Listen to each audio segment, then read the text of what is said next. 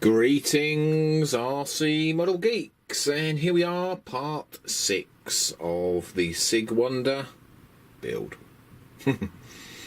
Right, a busy day today. It's one of those days where you've done a lot and not a lot's happened. So, right, okay. The nose is shaped.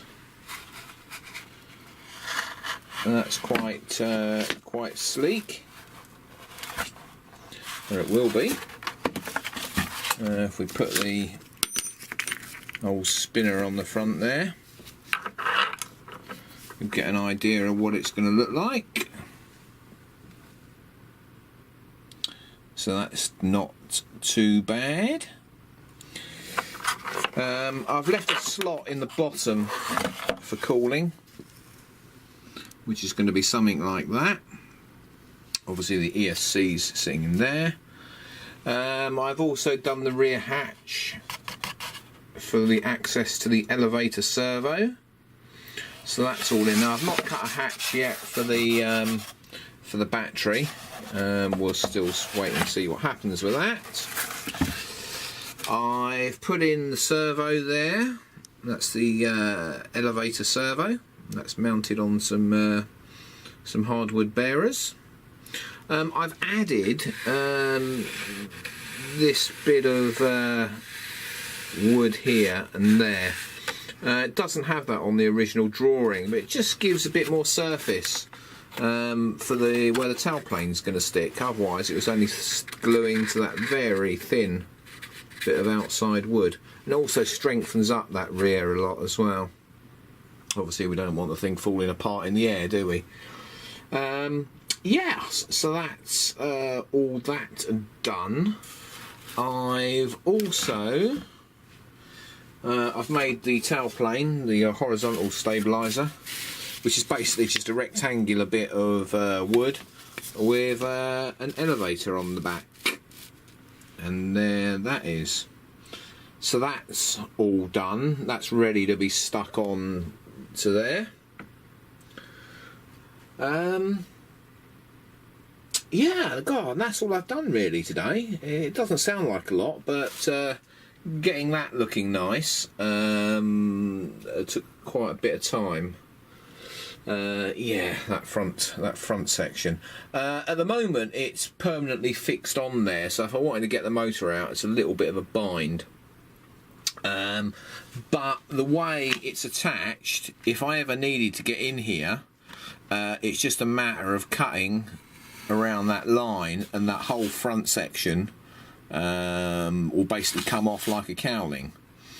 So I'm going to leave it like that for now, and if I do need to get in there at some point, it's easy enough just to cut it down with a razor saw and just detach that front, and then I can put a couple of blocks in there and just screw it on or something. But yeah, for the moment no need to do that, so we're going to leave it like that. So, yeah, what else? Oh, I've strengthened up a bit of the wing. I filled in just 3 bays, actually, to make a D-box at the wingtips. And that has sorted out the twisting that there was in the wing. No need to do the rest. The wing's nice and solid now. And you know, I'm trying to keep the weight as minimal as possible, so yeah, no, that worked quite nicely. So I mean, the wing is pretty much ready for covering. I could cover that whenever I want, really, but I want to try and finish pretty much all of the woodwork today. Or get it all sort of, you know, ready for covering, shall we say.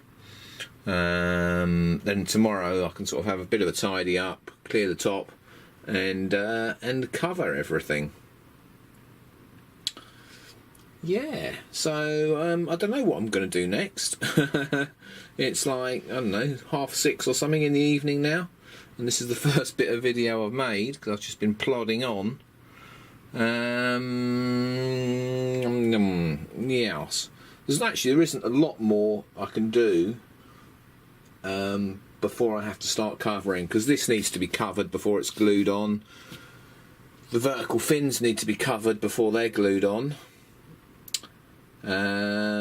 So I might, yeah, I don't know, I might just do a little something here just to sort that out. I don't know, it's nothing on the drawing to make that stronger there, but I might just put a little block in there, and then I could actually pretty much cover this fuselage as well, because I have been thinking about not having a hatch in the bottom.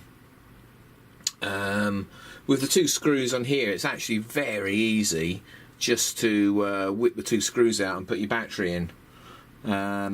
So I might go that route instead of putting a hatch in the bottom, which will keep the strength up as well. Yeah. What else? I mean, that's it really. Obviously, there's the bottom skid to go on there. That's going to sit something like that. And that is really it.